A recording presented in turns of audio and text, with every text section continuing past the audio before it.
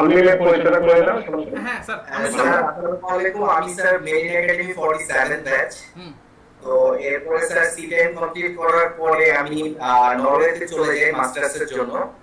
তো আলহামদুলিল্লাহ স্যার মাস্টার্সটা শেষ হয়েছে। আর এখন স্যার করোনার কারণে তো আসলে নরওয়ে সবকিছুই অফ। তো জব খুঁজতেছি আর কি আমরা, এখন দেখা যাক স্যার। তুমি কি এখন নরওয়েতে আছো? না স্যার, এখন আমি বাংলাদেশে আছি। আমি আবার স্যার মাঝখানে ইউএসএ তে গেছি। আমি আবার ইন্টারটা স্যার ইউএসএ থেকে কমপ্লিট করছি। তো ওখান থেকে স্যার বাংলাদেশে আসছি, এরপর তো স্যার ফ্লাইট অফ হয়ে গেল। তো আমি ইনশাআল্লাহ নেক্সট মান্থে আবার নরওয়ে চলে যাচ্ছি। আচ্ছা ঠিক আছে আলজিম, তুমি তোমার জার্নিটা বলবা সবার উদ্দেশ্যে।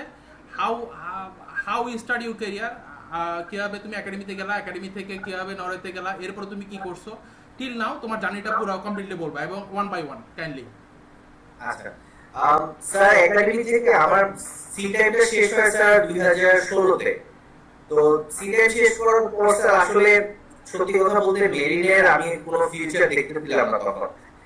শিপ পাওয়াটা অনেক ঝামেলা হয়ে যাচ্ছিল। আর যেহেতু স্যার সত্যি কথাই বলি, আমাদের যাদের কোনো লিঙ্ক নাই, সবসময় জবের জন্য খুঁজতে হয়, তাদের জন্য এটা আসলে অনেক টাফ হয়ে যায় যে প্রায় 6-7 মাস একটানা বসে থাকা খোঁজা। তো তখন স্যার চিন্তা করি যে বাইরে পড়াশোনা করতে যাব। তো প্রথমেই যে প্রবলেমটা দেখা দিচ্ছে স্যার, যে যাব কোথায় বা আমাদের জন্য রিকোয়ারমেন্টটা কি। এখন স্যার আমাদের মেরিনারদের জন্য কিন্তু স্যার দুইটা ফেজ। একটা হচ্ছে আমরা যারা 47 পর্যন্ত, যাদের কিন্তু আমাদের অনার্স নাই, আমাদের জন্য একরকম। আর যাদের অনার্স আছে স্যার 48 থেকে, তাদের জন্য কিন্তু ব্যাপারটা একটু অন্যরকম স্যার।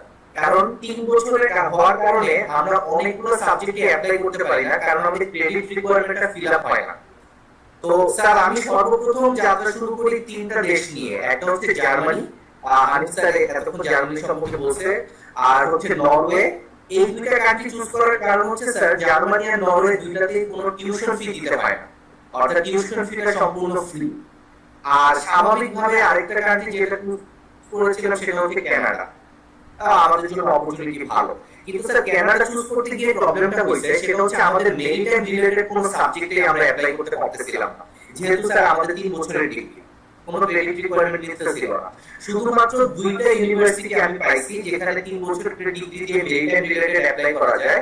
সেটা একটা হচ্ছে sir Nova Scotia community college, এইটাতে মেরিটাইম ডিগ্রি আছে, যেটাতে আমরা 3 বছর দিয়ে অ্যাপ্লাই করতে পারি। আর আরেকটা যেটা ওটা আসলে মেরিটাইম রিলেটেড না, ওটা হচ্ছে এমবিএ, ইউনিভার্সিটি কানাডা ওয়েস্ট, এটাতে আমরা 3 বছর দিয়ে অ্যাপ্লাই করতে পারতাম। তো প্রবলেমটা হচ্ছে স্যার, যেহেতু নোভা স্কটিয়া একটা কমিউনিটি কলেজ, এটা ভিসা রেশিওটা স্যার খুবই খারাপ, ওরা ভিসা দেয় না বললেই চলে। আর ইউনিভার্সিটি কানাডা ওয়েস্টের প্রবলেম হচ্ছে ওখানে মাস্টার্স করতে মানে এমবিএ করতে প্রায় স্যার 28 লাখ টাকা লেগে যায়, ইভেন স্কলারশিপ পাওয়ার পরেও। আমার স্কলারশিপ ছিল 25%, তারপরেও আমার টিউশন ফি ছিল 27 লাখ সামথিং। তো স্বাভাবিকভাবে কানাডা তখন আমি বাদ দিয়ে দিই। তারপরে অপশনে থাকে জার্মানি আর নরওয়ে। তো এরপর স্যার দুইটার মধ্যে তুলনা করে আমার কাছে মনে হয়েছে যে নরওয়ে মেরিটাইমের জন্য তুলনামূলকভাবে জার্মানির চেয়ে বেটার। আর জার্মানিতেও sir same problem, maritime subject গুলো আপনি 3 বছরের ডিগ্রি দিয়ে বলতে গেলে নাই, একদমই নাই।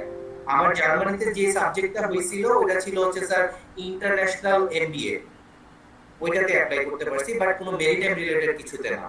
কিন্তু 48 থেকে যারা আছে স্যার, এরা সবগুলাতে অ্যাপ্লাই করতে পারবে, কারণ এদের অনার্স থাকার কারণে ইভেন এরা মেকানিক্যাল সাইডেও যেতে পারে, কেউ চাইলে ইলেকট্রিক্যাল সাইডেও যেতে পারে। ওদের সেই অপরচুনিটিটা আছে, যেটা আমাদের একাডেমির 47 ব্যাচ পর্যন্ত কারণ নাই স্যার। যেমন নরওয়েতে স্যার যে ইউনিভার্সিটিগুলো আছে, যেমন এনটিএনইউ, এটা ওয়ার্ল্ড র্যাঙ্কিং ইউনিভার্সিটিতে প্রায় টপ 50 এর মধ্যে, কিন্তু স্যার আমরা 47 ব্যাচ পর্যন্ত এখানে অ্যাপ্লাই করতে পারি না, কারণ আমাদের ক্রেডিট মিলে না। কিন্তু 48 থেকে যারা আছেন তারা কিন্তু আমরা এটাতে অ্যাপ্লাই করতে পারবে। সো নরওয়েতে স্যার শুধুমাত্র একটা ইউনিভার্সিটি আছে, আমি যে ইউনিভার্সিটিতে ছিলাম, university of south east Norway, এইটাতে শুধু স্যার 3 বছর দিয়ে অ্যাপ্লাই করা যায়, যেটাতে ওরা 3 বছর অ্যাকসেপ্ট করে আর কি, ক্রেডিট রিকোয়ারমেন্টটা মিলে যায়। সো এই তো স্যার পরবর্তীতে এটা প্রথমে খুঁজলাম, অ্যাপ্লাই করলাম। আলহামদুলিল্লাহ স্যার আমার নরওয়ে, জার্মানি, কানাডা 3 জায়গা থেকে অফার লেটার আসছিল। পরে স্যার নরওয়ে চুজ করি আসার জন্য, যেহেতু এটার টিউশন ফি নাই। তারপরে স্যার জার্মানিতে যেমন তখনকার সময় জানতাম যে যাওয়ার আগে ল্যাঙ্গুয়েজ শিখতে হয়, যেটা স্যার আমার নরওয়েতে একটু ইজি, নরওয়েতে যাওয়ার আগে ল্যাঙ্গুয়েজ শিখতে হয় না। আবার পার্ট টাইম জবগুলো স্যার আপনি ইংলিশ দিয়েই অ্যাভেলেবল। সো যার কারণে আমাকে বেটার অপশন মনে হয়েছিল তখন, এই কারণেই নরওয়েতে যাওয়া। তো নরওয়েতে যাওয়ার পর যেটা দেখলাম স্যার, ল্যাঙ্গুয়েজ যদি কেউ শিখতে পারে, ল্যাঙ্গুয়েজ শেখা থাকলে আমাদের ডিগ্রিটার মোটামুটি ভালোই দাম আছে। তবে স্যার যেহেতু আমি এখন পর্যন্ত জব মার্কেটে এন্টার করি নাই, সো আমি স্যার এই ব্যাপারে একদম অথেন্টিক ভাবে কিছু না বলি। কারণ আমরা সবার প্রথমে আমি আর রানা স্যারই গেছিলাম, 46 ব্যাচের রানা স্যার। তো আমরা দুইজন পাস আউট করার মানে আমরা জাস্ট রিসেন্টলি পাস আউট করছি, যার কারণে এখনো এরকম ভাবে জব মার্কেটে আমরা এন্ট্রি করি নাই, বা আমরা জাস্ট অ্যাপ্লাই সেশনের মধ্যেই আছি। এই অ্যাপ্লাই সেশনের মধ্যেই স্যার আবার করোনার ঝামেলার কারণে আসলে বর্তমানে রিক্রুটমেন্ট পুরোটাই অফ। সো এটার একটা প্রবলেম স্যার। সো আলহামদুলিল্লাহ দেখা যাক, সবখানে অ্যাপ্লাই করতেছি, দেখা যাক কি হয়। আচ্ছা ঠিক আছে, তুমি তোমার ইউনিভার্সিটি সম্পর্কে কিছু বলো। সাউথ ইস্ট তুমি যে ইউনিভার্সিটিতে পড়াশোনা করতেছো ওই ইউনিভার্সিটি নিয়ে কিছু বলো কাইন্ডলি। আচ্ছা স্যার আমার ইউনিভার্সিটিটা হচ্ছে এটা একটা রিসেন্ট ইউনিভার্সিটি, বাট এটা আগে ছিল স্যার একটা কলেজ, মানে আলাদা আলাদা ভাবে কলেজ ছিল, পরে সবগুলোকে একসাথে মার্জ করে একটা ইউনিভার্সিটি করা হয়। সো ইউনিভার্সিটি হিসেবে যদি চিন্তা করেন এটা একটা নতুন ইউনিভার্সিটি, বাট কলেজ হিসেবে চিন্তা করলে এটা স্যার অনেক পুরানো একটা কলেজ, নরওয়ের লিটারালি টপ কলেজগুলোর মধ্যে একটা ছিল এটা। এন্ড এটার সাবজেক্টটা যেটা মেরিটাইম ম্যানেজমেন্ট, এটা এই ইউনিভার্সিটি ছাড়া নরওয়ের অন্য কোনো ইউনিভার্সিটিতে এই সাবজেক্টটা নাই, যার কারণে মোটামুটি অ্যাজ এ সাবজেক্ট আমাদের এই ইউনিভার্সিটিটার মোটামুটি খুব ভালো ডিমান্ড আছে স্যার। আর বর্তমানে যেহেতু এটি ইউনিভার্সিটি হয়ে গেছে, পিএইচডি পজিশন ক্রিয়েট হয়েছে, সো এটাতে অপরচুনিটি গুলো খুব ভালো। যেমন স্যার আমার পরে যে আসছে আমাদের 47 ব্যাচের তুষার তুষার আর রানা স্যার, তারা দুজনেই কিন্তু আমাদের ইউনিভার্সিটিতে রিসার্চ অ্যাসিস্ট্যান্ট হিসেবে কাজ করছে স্যার। সো স্যারদের খুব ভালো চান্স ছিল পিএইচডি পাওয়ার। তো রানা স্যারের ক্ষেত্রে যেটা হচ্ছে তখন পিএইচডি পজিশন মাত্র একটা ছিল, তো ওইখানে আসলে ওরা একটা যাকে নিছে সে রানা স্যারেরও আগে থেকে কাজ করে আর কি। তো ওইটা মোটামুটি আমরা জানতাম যে রানা স্যারের অপরচুনিটিটা কম। তবে তুষার স্যার রিসেন্টলি পাস আউট করছে, তুষারের মোটামুটি ভালো একটা চান্স আছে, ওর রেজাল্টও খুব ভালো আলহামদুলিল্লাহ। তো এখন দেখা যাক আর কি স্যার কি হয়। আচ্ছা আর জি স্যার। আচ্ছা তুমি আমাকে এখন নরের অন্যান্য ভার্সিটি সম্পর্কে বলবা, আমাদের মেরিটাইম রিলেটেড পড়াশোনার জন্য নরের অন্যান্য ভার্সিটি সম্পর্কে কিছু বলবা। আচ্ছা আমি এখন যেটুকু বলবো স্যার অন্যান্য ভার্সিটির ব্যাপারে, এটা কিন্তু স্যার 47 ব্যাচ পর্যন্ত অ্যাকসেপ্টেড না, কারণ স্যার 47 ব্যাচ পর্যন্ত কেউ এই ইউনিভার্সিটিগুলোতে অ্যাপ্লাই করতে পারবে। সো এখন থেকে যেটুকু বলবো এটা স্যার 48 ব্যাচ থেকে প্রযোজ্য। এদের সুবিধা হচ্ছে স্যার যেহেতু এদের 4 বছরের অনার্স ডিগ্রিটা এরা পাচ্ছে, তো এরা প্রায় নরওয়ের বাকি যে কয়টা ইউনিভার্সিটি আছে সবগুলোতেই অ্যাপ্লাই করতে পারবে যেখানে আমাদের সাবজেক্ট আছে। নরওয়ের একটা সুবিধা হচ্ছে স্যার এখানে যে শুধুমাত্র আপনার মেরিটাইম রিলেটেড সাবজেক্ট হইতে হবে ওইটাও না, আমাদের রিলেটেড মেরিটাইমের সাথে রিলেটেড অন্যান্য কিছু সাবজেক্ট আছে খুব ভালো, এগুলোর অপরচুনিটি নরওয়েতে অনেক বেশি। যেমন স্যার একটা পার্টিকুলারলি বলি, পেট্রোলিয়াম ইঞ্জিনিয়ারিং, এটার অপরচুনিটি নরওয়েতে খুবই ভালো স্যার, কিন্তু আমরা 47 ব্যাচ পর্যন্ত আমরা এটাতে অ্যাপ্লাই করতে পারি না, বাট 48 থেকে যারা তারা পারবে। ইভেন 40 আমি এক্স্যাক্টলি শিওর না ওর ব্যাচটা কত ছিল, ওর নাম ছিল সেতু, সম্ভবত 48 বা 49 এর। ওর কিন্তু স্যার ও এখন বর্তমানে কানাডাতে মেকানিক্যাল ইঞ্জিনিয়ারিং এ মাস্টার্স করতেছে। সো ও কানাডার সাথে সাথে নরওয়েতেও অ্যাপ্লাই করছিল, ওর ইউনিভার্সিটি অফ স্টাভাঙ্গারে ওর অ্যাডমিশনও হয়ে গেছিল। সো যেহেতু ওর কানাডায় পরবর্তীতে কানাডায় যায় আর কি। তো আমাদের মেরিটাইম রিলেটেড সাবজেক্টের তিনটা ভার্সিটি খুব ভালো আছে। একটা হচ্ছে স্যার অবশ্যই এনটিইউ, এটা হচ্ছে স্যার বলা যায় নরওয়ে বুয়ে, আর হচ্ছে ইউনিভার্সিটি অফ স্টাভাঙ্গার। এই দুটো ইউনিভার্সিটিতে আমাদের সাবজেক্ট অনেক বেশি আছে।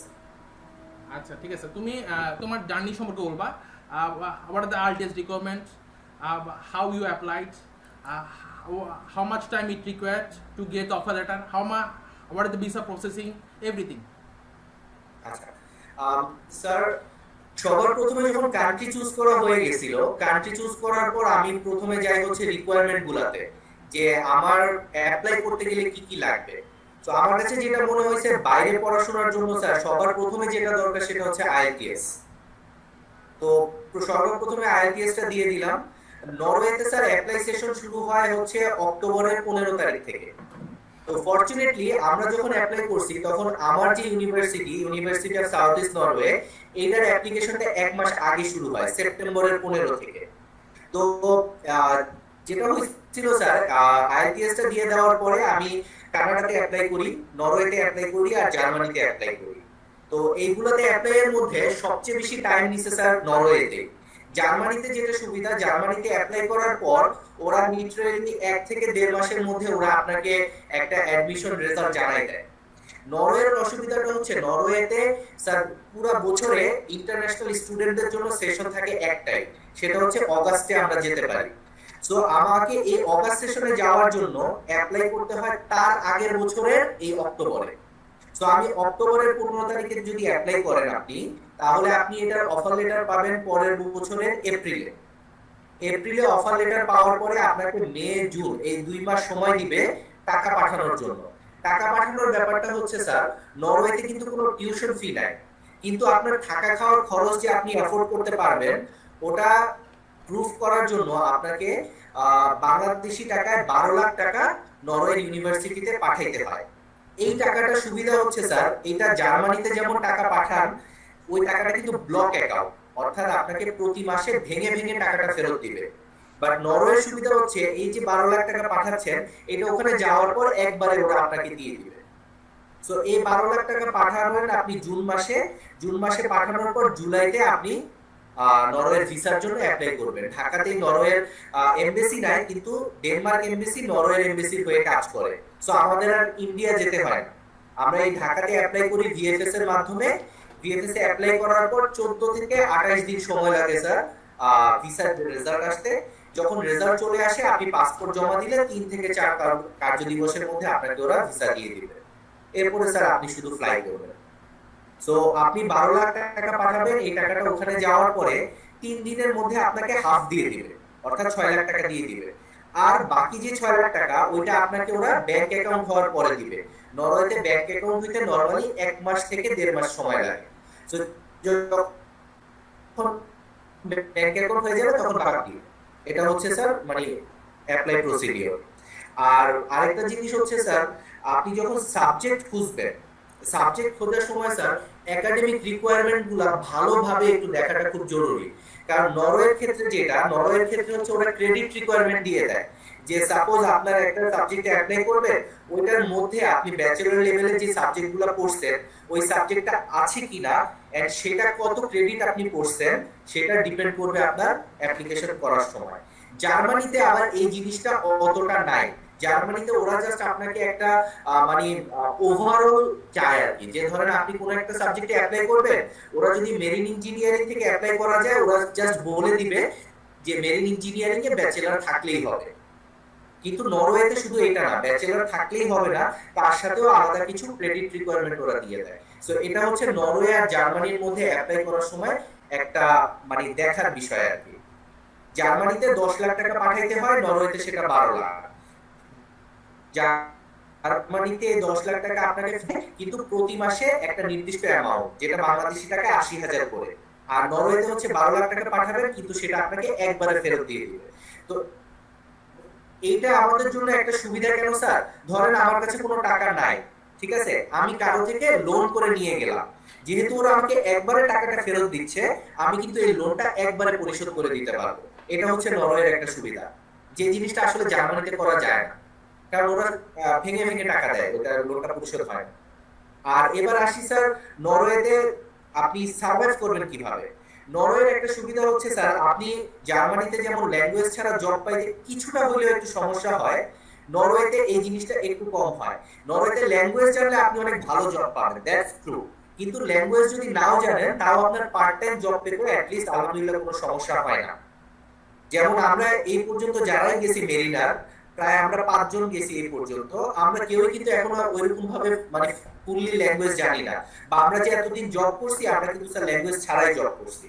আর ইন্টারন্যাশনাল স্টুডেন্টরা স্যার জানি না, হয়তো অনেকের কাছে শুনতে খারাপ লাগতে পারে, বাট এখানে খারাপ লাগার কিছু নাই, কাজ তো কাজই। আমরা সবাই কিন্তু স্যার ওই রেস্টুরেন্টেই জব করি,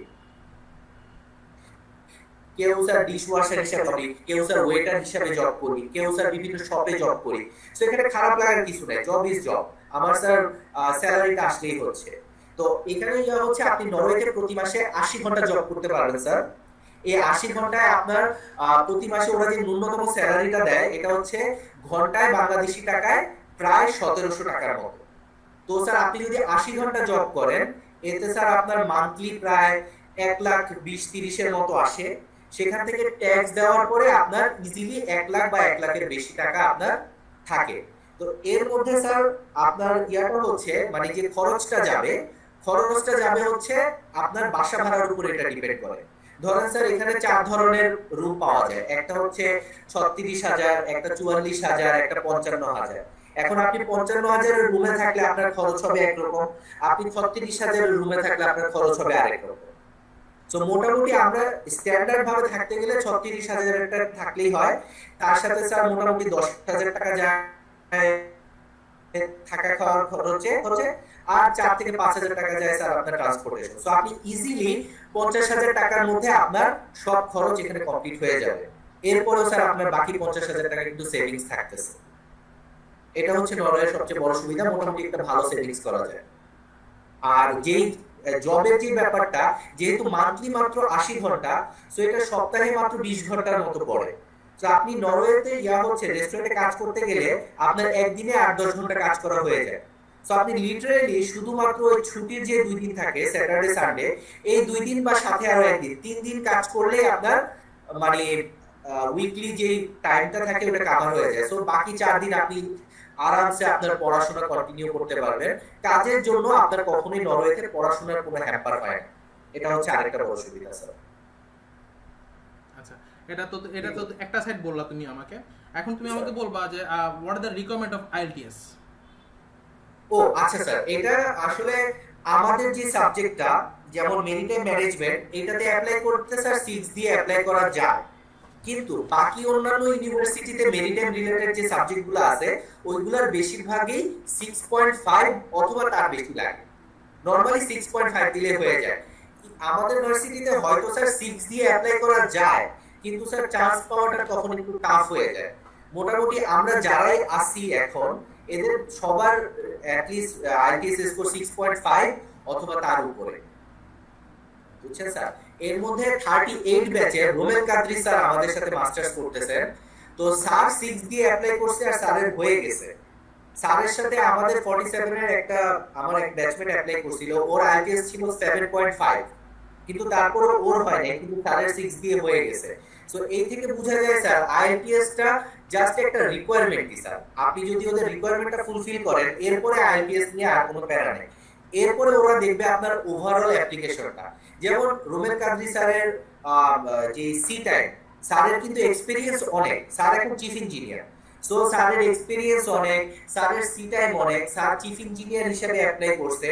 সো যার কারণে আমার ব্যাচমেটের আইএলটিএস স্কোর 7.5 থাকা সত্ত্বেও কিন্তু ও চান্স পায় নাই, কিন্তু রোমেল কাদ্রি স্যার থেকে চান্স পেয়ে গেছে। সো আইএলটিএস এর ব্যাপারটা হচ্ছে ইটস জাস্ট এন রিকোয়ারমেন্ট, আপনাকে ওই রিকোয়ারমেন্টটা ফুলফিল করলেই হবে। কিন্তু আইএলটিএসটাও ম্যাটার করে স্যার। কখন ম্যাটার করে? ধরেন আমি আর আমার একটা ব্যাচমেট অ্যাপ্লাই করলাম, আমাদের দুইজনের ক্রেডেনশিয়াল মোটামুটি সেম, আমাদের সি টাইম বলেন, আমাদের এক্সপেরিয়েন্স বলেন বা আমাদের রেজাল্ট বলেন মোটামুটি একই লেভেলের। তখন যে ওরা হয়তো আইএলটিএস টাকে একটু প্রেফারেন্স দিবে, যে আমার হয়তো 7.5 বা 8 আছে, আমার ব্যাচমেটের হয়তো 6.5 আছে, তখন হয়তো আমার এই আইএলটিএস স্কোরের কারণে আমি প্রেফারেন্সটা পেয়ে যাব। বাট নরমাল ক্ষেত্রে এটা জাস্ট একটা রিকোয়ারমেন্ট হিসেবে কাজ করবে। আচ্ছা আচ্ছা, ঠিক আছে, বুঝলাম না। এখন তো তুমি ধরো ওখানে ভর্তি হলা, এরপর তোমাকে কোনো টিউশন ফি দিতে হচ্ছে না, শুধু তোমার থাকা খাওয়ার টাকাটা ম্যানেজ করতে পারলেই হচ্ছে, তাই তো? এক্স্যাক্টলি। তো এখানে টিউশন ফি নাই, বাট একটা সেমিস্টার ফি আছে। সেমিস্টার ফিটা আসলে না দেওয়ার মতোই স্যার। এটা হচ্ছে বাংলাদেশি টাকায় 6,000 টাকার মতো প্রতি সেমিস্টারে এটা দিতে হয়। তাও স্যার এটা আসলে কোনো ফি বলতে কি, এটার মধ্যে আপনার লাইব্রেরি কার্ড ইনক্লুড থাকে, আপনি যে প্রিন্টিং করবেন, ফটোকপি করবেন, ওগুলা ইনক্লুড থাকে। সো বেসিক্যালি এটা আপনার খরচের টাকাটাই জাস্ট আপনাকে ওরা পেমেন্টটা আগে থেকে নিয়ে রাখে আর কি, আর কিছুই না। আচ্ছা ঠিক আছে, এবার তুমি আমাকে বলবা যে ওখানে এটা তো হচ্ছে মাস্টার্সের, তুমি মাস্টার্সের রিকমেন্ড বললা। এখন তুমি মাস্টার্সের তুমি যে কোর্সটা করছো, তুমি তো মাস্টার্স শেষ করছো অলরেডি, মাস্টার্সের পুরো কোর্সটা সম্পর্কে বলবা, কিভাবে শুরু হয়, কয়টা সেশন, কয়টা সেমিস্টার, কি কি পড়ানো হয়, কখন সেশন শুরু হয়, কখন সেশন শেষ হয়, একটা ইনডেপথ তোমার 5 থেকে 7 মিনিটের মধ্যে বলবা। আচ্ছা স্যার, আমাদের একটু আগেই তো বলছি আমাদের ইন্টারন্যাশনাল স্টুডেন্টদের ক্লাস শুরু হয় তো অগাস্ট থেকে। সো অগাস্টের 15 তারিখ থেকে ক্লাস শুরু হবে প্রথম সেমিস্টার। আমাদের এই টোটাল মাস্টার্সটা হচ্ছে স্যার 2 ইয়ার্স এর। এই 2 ইয়ার্স এর মধ্যে সেমিস্টার থাকে হচ্ছে 4টা, এন্ড আমাদের মাস্টার্সটা কিন্তু স্যার থিসিস বেসড। সো 4টা সেমিস্টারের মধ্যে লাস্টের যে সেমিস্টারটা, এই সেমিস্টার হচ্ছে শুধুমাত্র থিসিসের জন্য। আর এর আগে যে 3টা সেমিস্টার থাকে, এই 3টা সেমিস্টারের প্রত্যেকটাতে আমাদেরকে 4টা করে সাবজেক্ট নিতে হয়। এর মধ্যে 3টা করে সাবজেক্ট হচ্ছে আপনার বলতে পারেন ম্যান্ডেটরি, আর একটা সাবজেক্ট হচ্ছে আমাদের জন্য অপশনাল থাকে, অর্থাৎ আমরা চুজ করতে পারি যে আমরা ওই প্রায় 3-4টা এক্সট্রা সাবজেক্ট থাকে। সো ওই 3-4টা এক্সট্রা সাবজেক্টের মধ্যে থেকে আমরা কোনটা নিব। যেমন স্যার ফার্স্ট সেমিস্টারের কথা হচ্ছে অপশনাল সাবজেক্টের মধ্যে একটা থাকে হচ্ছে শিপ ডিজাইন, তারপরে একটা থাকে হচ্ছে স্যার ম্যাথমেটিক্স, তারপরে এরকম আরো একটা সাবজেক্ট থাকে। তো আমরা যেহেতু মেরিন ব্যাকগ্রাউন্ডের, আমাদের জন্য শিপ ডিজাইনটাই সবচেয়ে ইজি। সো আমরা বেসিক্যালি সবাই শিপ ডিজাইনটাই নিই। সো এরকম প্রত্যেকটা সেমিস্টারে 3টা কম্পালসরি সাবজেক্ট নেওয়ার পরে আরেকটা সাবজেক্ট আপনি আপনার নিজের মতো করে চুজ করতে পারবেন যে আপনি কোনটা নিতে চান। আর 3টা সেমিস্টারে 12টা সাবজেক্ট আমাদের নিতে হয়। এই 12টা সাবজেক্টের প্রত্যেকটাতে আপনার 7.5 ক্রেডিট করে থাকে, অর্থাৎ প্রথম 3 সেমিস্টারে আমাদের টোটাল ক্রেডিট হচ্ছে 90 ক্রেডিট। আর এরপরে চতুর্থ সেমিস্টারে যে মাস্টার থিসিস, এই থিসিসটাতে একটা থিসিসে হচ্ছে 30 ক্রেডিট। সো টোটাল মাস্টার্স 190 ক্রেডিটের, এর মধ্যে থিসিসে 30 ক্রেডিট আর বাকি সাবজেক্টগুলোতে প্রত্যেকটাতে 7.5 ক্রেডিট করে টোটাল 90 ক্রেডিট। আর আমাদের ক্লাস হচ্ছে স্যার, আমাদের সাবজেক্টের সুবিধাটা হচ্ছে আমাদের সাবজেক্টে 2 সপ্তাহ ক্লাস হয়, তারপরে 2 সপ্তাহ আবার টোটাল অফ থাকে। কারণ নরওয়ের যে ব্যাপারটা, ওদের এডুকেশন পলিসি একটু স্যার, ওরা যে কাজ করে একসাথে সবকিছু পড়ায় না। আমাদের করতে হয় কি, মেইন পরীক্ষার আগে আমাদের 2টা অ্যাসাইনমেন্ট করতে হয়। এর মধ্যে একটা অ্যাসাইনমেন্ট হচ্ছে ইন্ডিভিজুয়াল, একটা অ্যাসাইনমেন্ট হচ্ছে আপনার গ্রুপ। আপনি ইন্ডিভিজুয়ালটা যদি পাস না করেন, আপনি গ্রুপ অ্যাসাইনমেন্ট করতে পারবেন না। সো আপনাকে ফার্স্টে ইন্ডিভিজুয়ালটা পাস করতে হবে, তারপরে আপনি গ্রুপটা করবেন। গ্রুপটা পাস করলে আপনি মেইন পরীক্ষায় বসার পারমিশন পাবেন। যদি আপনি অ্যাসাইনমেন্টে ফেল করেন, আপনি মেইন পরীক্ষায় বসতে পারবেন না। সো অ্যাসাইনমেন্টের ব্যাপারটা হচ্ছে এখানে কোনো ধরনের কোনো মার্কিং থাকে না, শুধুমাত্র হয় পাস অর ফেল। কিন্তু আপনি ফেল যদি করেন তাহলে মেইন পরীক্ষায় বসতে পারবেন না, এটা হচ্ছে কথা। আর মেইন পরীক্ষায় একদম 100% নাম্বার কাউন্ট হয় মেইন পরীক্ষা থেকে। এখন ব্যাপারটা হচ্ছে স্যার, ওদের এডুকেশন পলিসিটা ভালো এই জন্য, ধরেন আপনি যে সোলো অ্যাসাইনমেন্টটা করতেছেন, সোলো অ্যাসাইনমেন্টটা করার সময় আপনি কিন্তু কারো হেল্প পাবেন না। সো আপনাকে নিজের অ্যাসাইনমেন্ট নিজেই করতে হবে, অর্থাৎ যে অ্যাসাইনমেন্টের পার্টটুকু আপনার থাকবে ওইটা সম্পর্কে আপনার কিন্তু ভালো একটা আইডিয়া হয়ে গেল। এরপরে যখন আপনি গ্রুপ অ্যাসাইনমেন্ট করবেন, গ্রুপ অ্যাসাইনমেন্ট করার সময়ও এখানে কিন্তু আমরা ফ্রেন্ডলি, ঠিক আছে, কিন্তু কেউ তো এখানে আমাদের বাংলাদেশি ফ্রেন্ডের মতো না যে আমি বলে দিলাম আরে মামা আমার অ্যাসাইনমেন্টটা করে ফেলাইস, এটা তো আর ওখানে যায় না। সো আপনাকে কিন্তু গ্রুপ অ্যাসাইনমেন্ট করার মধ্যেও আপনাকে নিজের পার্টটুকু ভালোভাবে করতে হবে, যার কারণে আপনার ওই পার্টটুকু আপনি ভালোভাবে শিখে গেলেন। সো ওরা করে কি, আপনার টোটাল সিলেবাসটাকে এরকম ভাগ ভাগ করে দেয়। আপনি অ্যাসাইনমেন্টের মধ্যে আপনার টুকু শিখবেন, এরপরে মেইন পরীক্ষা যখন দিবেন আপনার মেইন পরীক্ষাতে পাস করতেই হবে। সো আপনার ওইটুকু শেখা হয়ে গেল। সো আমাদের ক্লাস শুরু হয় স্যার সকাল 9টা থেকে, শেষ হয় দুপুর 3টা বাজে। প্রতিদিন 6 ঘন্টা ক্লাস হয়, এন্ড প্রতিদিন একটা সাবজেক্টেরই ক্লাস হয়। প্রতি উইকে আপনার 4টা ক্লাস হবে, 4টার মধ্যে 2টা সাবজেক্ট। ধরেন সোম মঙ্গল বুধ বৃহস্পতি এই 4 দিন আমাদের ক্লাস। এর মধ্যে সোমবার মঙ্গলবার একটা সাবজেক্টের ক্লাস হবে, তারপরে বুধবার বৃহস্পতিবার আরেকটা সাবজেক্টের ক্লাস হবে। এরকম ভাবে হয় স্যার। আর যেহেতু স্যার আমরা জবও করি, পার্ট টাইম জব, সো আমাদের ক্লাসের সাথে যখন ক্ল্যাশ না হয়, নরওয়েতে বেশিরভাগই আমরা যারা জব করি আমাদের জবগুলো শুরুই হয় স্যার ওই 3টা-4টার পর থেকে, যার কারণে আমরা ইজিলি ইউনিভার্সিটি ক্লাস শেষ করে এরপরে যদি জবে যাইতে হয় তাহলে আমরা জবে চলে যাই। আর কেউ যদি ওই উইকেন্ডে কাজ করে তাহলে তো তার আর কোনো সমস্যা হয় না, উইকেন্ডে তো আর কোনো ইয়া থাকে না স্যার, ক্লাস থাকে না। আচ্ছা ঠিক আছে, এখন তুমি আমাকে বলবা পুরো কোর্সটা কত দিনের, এই এমএসসি কোর্সটা কত দিনের? স্যার 2 বছর, 2 বছরের মধ্যে 4টা সেমিস্টার 6 মাস করে। আচ্ছা, তাহলে তুমি সেপ্টেম্বর থেকে শুরু করলে আগামী 2 বছর শেষে তোমার ইয়ারটা শেষ হবে। হ্যাঁ, 2 বছর শেষে জুলাই মাসে আপনার জুন মাসে আপনার মাস্টার থিসিসটা হবে, জুলাই মাসে রেজাল্ট দিয়ে দিবে। আচ্ছা ঠিক আছে, তাহলে এভাবে করে তুমি মাস্টার শেষ করলা। মাস্টার শেষ করার পরে এরপরে তুমি তোমার পিএইচডি কোনো অপরচুনিটি আছে ওখানে? জি স্যার, পিএইচডি এর অপরচুনিটি অবশ্যই আছে। পিএইচডি এর জন্য আপনার নির্দিষ্ট একটা রেজাল্ট লাগবে।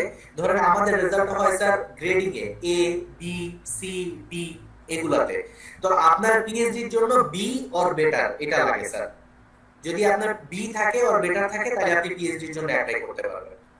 আর পিএইচডি এর ক্ষেত্রে স্যার আসলে কি, এটা তো স্যার দুনিয়ার সব জায়গাতেই প্রফেসরের সাথে আপনার ভালো খাতির থাকতে হয়, এটা হচ্ছে বড় কথা। সো আপনার ওই পিএইচডি করতে গেলে এই যে যেমন স্যার রানা স্যার, তারপরে আমাদের ব্যাচের তুষার, এরা কিন্তু স্যার ওই রিসার্চ অ্যাসিস্ট্যান্ট হিসেবে যেহেতু কাজ করছে, এদের কিন্তু অলরেডি স্যার ওই প্রফেসরের সাথে ওদের খুব ভালো খাতির আছে। সো যখন আপনার পিএইচডি অপরচুনিটি আসে, যদি ওদের রেজাল্ট ভালো থাকে, প্রফেসর যদি ওদেরকে নিতে চায়, তাহলে ওরা পিএইচডির জন্য অ্যাপ্লাই করতে পারবে, পিএইচডি পজিশন পাবে। আচ্ছা ঠিক আছে। পিএইচডির জন্য ওরা কি কোনো ধরনের স্কলারশিপ দেয় বা কোনো কিছু আছে? কারণ নরওয়েতে স্কলারশিপ তো আসলে লাগে না, কারণ মাস্টার্স এর জন্য তো এটা তো পুরো ফ্রি। তো আপনাকে স্কলারশিপ দিবে কিসে? আর পিএইচডি স্যার স্কলারশিপের প্রশ্নই আসে না, কারণ পিএইচডি স্যার নরওয়েতে জব হিসেবে কাউন্ট হয়। আপনি যদি পিএইচডি পেয়ে যান নরওয়েতে, তার মানে আপনি নরওয়েতে পিআর পেয়ে যাবেন নিশ্চিত।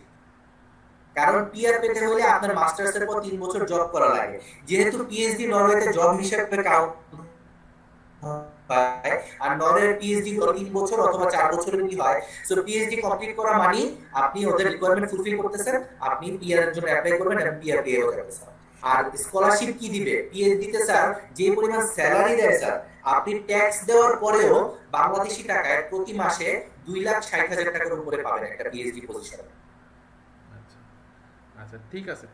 এবার তুমি আমাকে বলবো তোমার ইউনিভার্সিটিতে অপরচুনিটি কি আছে, পিএইচডি অপরচুনিটি কি আছে? স্যার আমার ইউনিভার্সিটিতে বর্তমানে পিএইচডি অপরচুনিটি আছে, বর্তমানে এক্স্যাক্টলি আছে দুইটা, আরেকটা শুরু হচ্ছে। সো আগামী বছর থেকে 3টা পিএইচডি পজিশন থাকবে আমাদের ইয়াতে। আর বর্তমানে যেহেতু 2টা পজিশন আছে, এই 2টা পজিশনের মধ্যে বর্তমানে পিএইচডি পাইছে হচ্ছে, আমাদের আগের বছর পাইছিল হচ্ছে একটা ইন্ডিয়ান ছেলে পাইছিল, তারপরের বছর পাইছে একটা ইরানি মেয়ে, আর এই বছর এখনো আসলে তুষাররা তো মাত্র শেষ করলো। সো এখন ওদের মধ্য থেকে কেউ একজন হয়তো পিএইচডি পাবে। আর রানা স্যার আর আমরা যখন শেষ করছি স্যার, তখন আসলে পিএইচডি পজিশন ছেলেটা পাইছে, ও নভেম্বর আমাদের ইউনিভার্সিটিতে রিসার্চ অ্যাসিস্ট্যান্ট হিসেবে কাজ করছে। তারপরে ও রাশিয়া চলে গেছিল, কিন্তু যেহেতু এখানকার এক্সপেরিয়েন্স ওর অনেক বেশি, যার কারণে ওকে পিএইচডি পজিশনটা দেওয়া হয়েছে, ও আবার ব্যাক করছে। আচ্ছা ঠিক আছে। এখন ধরো কেউ পিএইচডি করলো না, শুধু মাস্টার্স করলো, মাস্টার্স করার পরে তার ভিসা কত দিনের জন্য এক্সটেনশন দেয় ওরা? আচ্ছা, তার মাস্টার্স করার পরে তার ভিসা এক্সটেনশন দিবে স্যার 1 বছরের জন্য। এই ভিসাটাকে বলা হয় জব সার্চিং ভিসা। এই 1 বছরের মধ্যে ওকে তার সাবজেক্ট রিলেটেড একটা জব ম্যানেজ করতে হবে। যদি সাবজেক্ট রিলেটেড একটা জব ম্যানেজ করে, যেদিন থেকে জব ম্যানেজ করবে সেদিন থেকে সে ওয়ার্ক পারমিটে চলে যাবে, 3 বছর পর পিআর পেয়ে যাবে। আর কোনো ধরনের কোনো রিকোয়ারমেন্ট নেই। সো রিকোয়ারমেন্টটা সিম্পল। এখন ব্যাপার হচ্ছে একটাই, যে পড়াশোনা শেষে নিজের সাবজেক্ট রিলেটেড একটা জব ম্যানেজ করা। এটাই হচ্ছে স্যার মেইন পয়েন্ট। আচ্ছা, কেউ যদি ধরো সাবজেক্ট রিলেটেড জব ম্যানেজ করতে পারলো না, বাই চান্স পারলো না, সেক্ষেত্রে তার কি হবে? আচ্ছা, সেই ক্ষেত্রে স্যার একদম যদি আপনি নিয়ম অনুযায়ী চিন্তা করেন, নিয়ম অনুযায়ী চিন্তা করলে সেই ক্ষেত্রে তাকে নরওয়ে থেকে চলে আসতে হবে। ঠিক আছে, ওকে। না ঠিক আছে, তার মানে হচ্ছে যে তাকে মাস্টার্সের শেষে তাকে অবশ্যই তার রিলেটেড জব পেতে হবে, তাহলেই সে ওখানে পিআর পাবে, তাই তো? জি স্যার। আচ্ছা, তুমি আমাকে বলবা এটা স্যার জার্মানির সিস্টেম। আমি এটা একটু বলে রাখি, এটা কিন্তু শুধু নরওয়ে না, জার্মানিতেও যেহেতু একই টিউশন ফি ছাড়া পড়াশোনা করা যায়, জার্মানিতেও কিন্তু স্যার সেম সিস্টেম, যে আপনার পড়াশোনা শেষে নরওয়েতে দেয় 12 মাস, জার্মানিতে দেয় হচ্ছে 18 মাস, ওরা 6 মাস বেশি দেয়। কিন্তু ওদের রিকোয়ারমেন্টও কিন্তু স্যার সেম, আপনার সাবজেক্ট রিলেটেড একটা জব ম্যানেজ করতে হবে, যদি না পারেন আপনাকে চলে আসতে হবে। আচ্ছা, তুমি তো আইএলটিএস এর জন্য, তুমি মাস্টার্সের জন্য আইএলটিএস এর রিকমেন্ড বললা, তুমি আমাকে এখন পিএইচডি এর জন্য রিকমেন্ড গুলো বলবা, এখানে যারা করতে চাই জেনে রাখুক। পিএইচডি এর জন্য যদি আপনি বাংলাদেশ থেকে অ্যাপ্লাই করেন, আসলে সত্যি কথা বলতে কি স্যার, পিএইচডি এর জন্য আপনি যেখান থেকে অ্যাপ্লাই করেন আপনার রিকোয়ারমেন্ট সবখানে এসে আপনাকে সবার প্রথমে দিতে হবে আপনার রিসার্চ প্রপোজাল। এখন আপনি আমার ইউনিভার্সিটিতে অ্যাপ্লাই করলেন, কিন্তু আমার ইউনিভার্সিটিতে যারা পিএইচডি দেয় এগুলো কিন্তু বেশিরভাগ স্যার রিসার্চ গ্রুপ থেকেই কিন্তু পিএইচডি গুলো অফার করা হয়। সো আপনি যে রিসার্চ প্রপোজাল দিবেন, এটা যদি আমার ইউনিভার্সিটির কোনো রিসার্চ গ্রুপের সাথে ম্যাচ না করে, তাহলে তো স্যার ডেফিনেটলি ওরা আপনাকে নিবে না। সো পিএইচডি অ্যাপ্লাই করার আগে সবার প্রথমে যেটা দেখতে হবে সেটা হচ্ছে আপনি যেখানে অ্যাপ্লাই করতেছেন ওইখানে ওরা যে জিনিসগুলো নিয়ে রিসার্চ করতেছে সেটা আপনার সাবজেক্টের সাথে ম্যাচ করে কিনা, তারপরে আপনার ওই সাবজেক্টে ইন্টারেস্ট আছে কিনা, ওইটা নিয়ে আপনি আগে কাজ করেছেন কিনা। যদি আপনার এই সবকিছু মিলে যায় তাহলে আপনি সুন্দর মতো ওখানে অ্যাপ্লাই করবেন। সবার আগে আপনি একটা রিসার্চ প্রপোজাল দিবেন। প্রপোজাল দেওয়ার পর ওরা যদি দেখে যে আপনার প্রপোজালটা ওদের সাথে মিলে যায়, তখন ওরা করবে কি আপনার বাকি ডকুমেন্ট পাঠাতে বলবে। তখন আপনি আপনার আগের যে কাজগুলো করছেন, যদি আপনার পাবলিকেশন থাকে ওইটা আপলোড করবেন, যেহেতু এগুলো সব অনলাইন স্যার। পাবলিকেশন আপলোড করবেন, আপনার আগের থিসিস পেপার ব্যাচেলর হতে পারে, আগের মাস হতে পারে, এই জিনিসগুলো আপলোড করবেন। এরপরে যেটা হবে ওরা আপনার একটা ইন্টারভিউ নেবে। এই ইন্টারভিউটা মোটামুটি স্যার 1 থেকে 1.5 ঘন্টার একটা ইন্টারভিউ হয়, স্কাইপিতে অথবা এখন জুমে এরকম একটা ইন্টারভিউ নেয়। ইন্টারভিউ নেওয়ার পর যদি ওদের আপনার সাথে কথাবার্তা বলে ভালো লাগে, ওদের যদি মনে হয় যে আপনার সাথে ওরা কাজ করতে পারবে, তাহলে ওরা আপনাকে ইউনিভার্সিটি থেকে একটা অফার লেটার দিয়ে দিবে। এই অফার লেটার পাইলে আপনাকে আপনার ভিসা নিশ্চিত। তবে স্যার পিএইচডি পজিশনের জন্য আপনার কোনো আইএলটিএস এর প্রয়োজন নাই। আচ্ছা, কোনো আইএলটিএস জার্মানির ক্ষেত্রে কি সেম আইএলটিএস দিতে হবে? জি স্যার, না মানে পিএইচডি পজিশনের ক্ষেত্রে আপনার আইএলটিএস এর কোনো প্রয়োজন হয় না। বুঝতে পারছি। আচ্ছা ঠিক আছে, আর আমি থ্যাংক ইউ। মোটামুটি আমার যেগুলো জানার দরকার ছিল সবার সবার সবার কমন কোশ্চেনগুলো আমি একসাথে নিয়ে আসছি, ইনফ্যাক্ট নিয়ে আসা ইয়ে করছি। এখন আমাদের ফোরামটা সবার জন্য ওপেন। যে কেউ কোশ্চেন করতে পারো। ইমতিয়াজ আছে এখানে, মিজান আসো বা হাসিব আসো, সাইফুল আসো, তোমরা যে কেউ কোশ্চেন করতে পারো বা আমাদের চ্যাটে লিখে রাখতে পারো, আমরা কোশ্চেনটা করতে পারি। যদি কোনো কোশ্চেন থাকে করতে পারো, এই আর কি।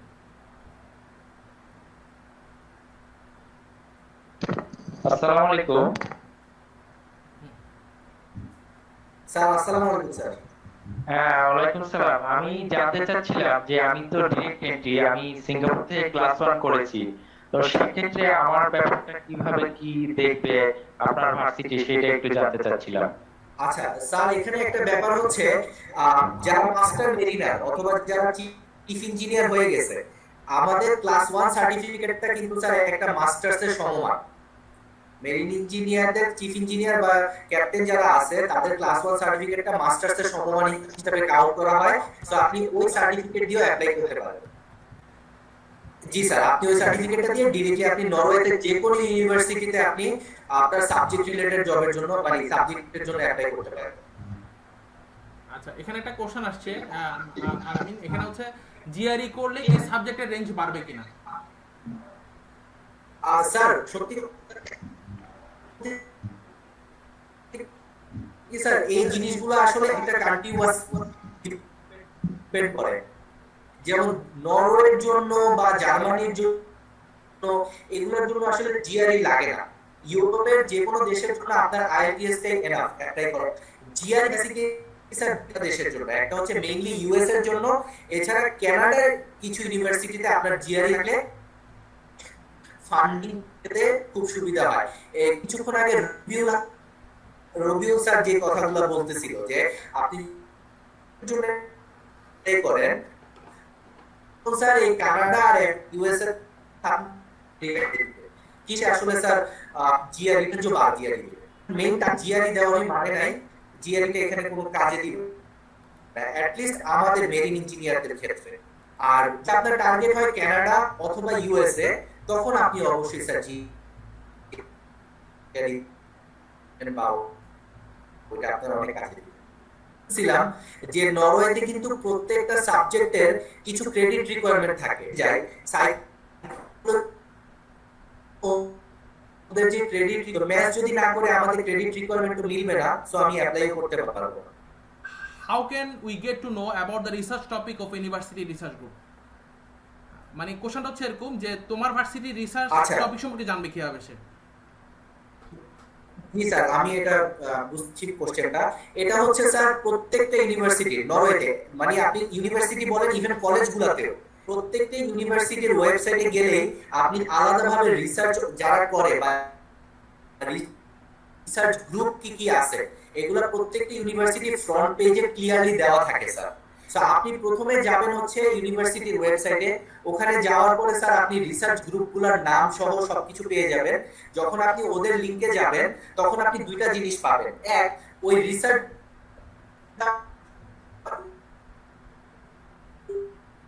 ওই মুহূর্তে কোন সাবজেক্টটা নিয়ে রিসার্চ করতেছে বা দেওয়া থাকবে। এছাড়াও ওই রিসার্চ গ্রুপে তো স্যার অনেক প্রফেসররা থাকবে, সো ওই প্রফেসরদের লিংকগুলো আলাদাভাবে দেওয়া থাকে। অর্থাৎ আপনি প্রফেসরদের লিংকে গিয়ে ওই প্রফেসররা অতীতে কি নিয়ে কাজ করছে বা ইভেন অনেকে তারা পরবর্তীতে কি রিসার্চ টপিক নিয়ে কাজ করতে চায় ওগুলাও ওদের প্রোফাইলে দেওয়া থাকে। সো আপনি তখন ওইটা চেক করে আপনার রিসার্চের সাথে ওটা মিলে কিনা বা আপনি ওইটা আগ্রহী কিনা ওইটা দেখে সরাসরি প্রফেসর মেল করতে পারবেন, অথবা ওই রিসার্চ করতে পারবেন। আচ্ছা, মুনতাসির কোশ্চেন করছে এখানে 2 ইয়ার্স মাস্টার্স নরওয়েতে শেষ করতে চাইলে কত টাকা খরচ পড়বে? স্যার খরচ তো বেসিক্যালি নাই, কারণ যেহেতু টিউশন ফি নাই, সো আমার কোনো খরচ নাই। আর আমার যে থাকা খাওয়ার খরচটা সেটাকে আমি স্যার পার্ট টাইম জব করে ওই থাকা খাওয়ার খরচ তো উঠাইতেছি। এমনকি স্যার আপনি চাইলে দেশেও টাকা পাঠাইতে পারবেন। মানে একটু ফ্র্যাঙ্কলি বলি স্যার, এখানে সবাই তো মোটামুটি ম্যাচিউরি আছে। যদি স্যার আপনার মানে বাজে কোনো অভ্যাস না থাকে, যে অনেকে কিন্তু ড্রিঙ্ক করে বা যাই হোক এই ধরনের কোনো বাজে অভ্যাস যদি না থাকে, তাহলে আপনি ইজিলি টাকা সেভ করে দেশেও পাঠাইতে পারবেন স্যার। ওকে ফাইন, ঠিক আছে, থ্যাংক ইউ। আমার কাছে মনে হয় মোটামুটি কোশ্চেন যেগুলো নেওয়ার মোটামুটি সবই আসছে। আচ্ছা, এখানে তাজুল কোশ্চেন করছে। আচ্ছা হ্যাঁ হ্যাঁ স্যার, আমি তার একটা বলতেছি। নরওয়েতে একটা স্যার খুব ভালো সুবিধা আছে। নরওয়ে সুবিধাটা হচ্ছে আপনার এই যে 2 বছরের মাস্টার্সটা আপনি খুব সুন্দর মতো এটাকে 3 বছরে কমপ্লিট করতে পারবেন। অর্থাৎ 2 বছরের মাস্টার্সকে আপনি 3 বছরে শেষ করা যায়। তো রোমেন স্যার যেটা করতেছে, স্যার একটা সেমিস্টার কমপ্লিট করে নরওয়েতে, করার পরে পরের সেমিস্টারটা স্যার গ্যাপ দিয়ে দেয়। গ্যাপ দিয়ে স্যার করে কি সুন্দর মতো ওই সেমিস্টারটা স্যার সেম করে। এখন মনে করেন আপনি ফার্স্ট সেমিস্টার করে সেকেন্ড সেমিস্টারটা গ্যাপ দিলেন, তারপরে থার্ড সেমিস্টার করলেন, করার পরে যখন আপনি ফোর্থ সেমিস্টারে আসবেন, ফোর্থ সেমিস্টারে এসে আপনি ওই যে ফোর্থ সেমিস্টারে যে টপিকগুলো আছে অলরেডি সেটা তো নিতে পারবেনই, প্লাস সেকেন্ড সেমিস্টারে যে সাবজেক্টগুলো আপনি গ্যাপ দিয়েছিলেন বাদ দিয়েছিলেন ওগুলাও একই সাথে কমপ্লিট করা যায়। অর্থাৎ আপনি চাইলে সেলিং করেও 2 বছরের মধ্যে শেষ করতে পারবেন। আর যদি আপনি চান 3 বছরের মধ্যে শেষ করতে, তাহলে মোটামুটি 3 বছরের মধ্যে 1.5 বছরও সেল করা যায়, কোনো সমস্যা হয় না। আর বর্তমানে যেটা হয়েছে, বর্তমানে এখন যেহেতু করোনার একটা ব্যাপার আছে, লিটারালি লাস্ট ফেব্রুয়ারি থেকে মানে এই সেমিস্টার ইভেন সামনের সেমিস্টারও আমাদের সবগুলো কোর্স অনলাইন হয়ে গেছে। সো ইট ডাজন্ট ম্যাটার আপনি কোথায়। আমি বাংলাদেশে বসেও স্যার থিসিসের প্রেজেন্টেশন দিছি, মানে ডিফেন্স করছি। সো এটা এখন তো সবকিছু অনলাইন, সো আপনি যে কোনো খানে বসে অনলাইনে পরীক্ষা দিতে পারবেন স্যার, কোনো সমস্যা হয়। আর যদি আপনি ক্লাস করার ব্যাপার বলেন, নরওয়েতে আরেকটা সুবিধা হচ্ছে এখানে সাবজেক্টগুলো যখন ক্লাস নেয় অনলাইনে, ওরা করে কি ওই ভিডিওটা আবার আলাদাভাবে আপলোড করে দেয়। সো আপনার যে ক্লাস টাইমে বসে বসে ক্লাস করতে হবে ব্যাপারটা সেটাও না, আপনি আপনার পছন্দ মতো সময়ে যখন খুশি বসে বসে ভিডিও দেখে ক্লাস করে নেবেন। আচ্ছা, এখানে একটা কোশ্চেন আসছে তোমার টাকা দেওয়ার ব্যাপারে। তুমি এই যে 12 টাকা দিয়েছো প্রথমে, এটা কিভাবে দিলা? টাকাটা কিভাবে ট্রান্সফার করলা এবং রিফান্ডের ব্যাপারটা তুমি বলছো অলরেডি, টাকাটা কিভাবে ট্রান্সফার করবে একটু যদি বলতা। স্যার টাকাটা বাংলাদেশ যে কোনো ব্যাংক থেকে আপনার একটা স্টুডেন্ট অ্যাকাউন্ট খুলতে হয়। এটা ব্যাংকের ডিপেন্ড করে কোন ব্যাংক কত নেয়, তবে 5,000 থেকে 6,000 টাকা নেয় একটা স্টুডেন্ট অ্যাকাউন্ট ওপেন করতে। আপনি স্টুডেন্ট অ্যাকাউন্ট ওপেন করবেন, যখন অফার লেটার আসবে ওই অফার লেটারে লেখা থাকে যে আপনার কত টাকা ট্রান্সফার করতে হবে। সো আপনি অফার লেটার আর টাকাটা ওই ব্যাংকে জমা দিলে ওরা সুন্দর মতো এই টাকাটা ট্রান্সফার করে দিবে। আচ্ছা আচ্ছা, আর ধরো এক্ষেত্রে যদি কেউ যদি কারো যদি কোনো আত্মীয় থাকে নরওয়েতে, সে যদি তোমার হয়ে টাকাটা দেয়, এটা ইজ ইট পসিবল? হ্যাঁ, কোনো সমস্যা নেই। আপনার ব্যাপারটা হচ্ছে স্যার ইউনিভার্সিটি আপনাকে একটা অ্যাকাউন্ট নাম্বার দিয়ে দিবে, ঠিক আছে? আর নরওয়েতে একটা জিনিস আছে, এটাকে বলা হয় কেআইডি নাম্বার। অর্থাৎ ব্যাংকে যখন আপনি পে করবেন এই কেআইডি নাম্বারটা থাকতে হয়। কেআইডি নাম্বারটা হচ্ছে আপনার পরিচিত। আপনার কেআইডি নাম্বার আমার কেআইডি নাম্বার এক না, বুঝতে পারছেন স্যার? তো আপনাকে একটা কেআইডি নাম্বার দিয়ে দিবে, আপনি ওই কেআইডি নাম্বার অনুযায়ী পে করে দিবেন। ওদের দেখারই দরকার নাই যে এই টাকাটা কোথা থেকে আসছে, অ্যাকাউন্টে টাকাটা ঢুকছে আপনার কেআইডি নাম্বারের মধ্যে। সো আপনাকে ওখানে একটা লেটার ইস্যু হয়ে যাবে যে আপনি টাকা পে করছেন, আপনার লেটারটা দিয়ে আপনি এমবেসিতে দাঁড়ায় যাবেন। Thank you. আমার তো মনে হয় মোটামুটি যা বলার তুমি সবকিছুই ক্লিয়ার কাট বলেছো। Thank you very much.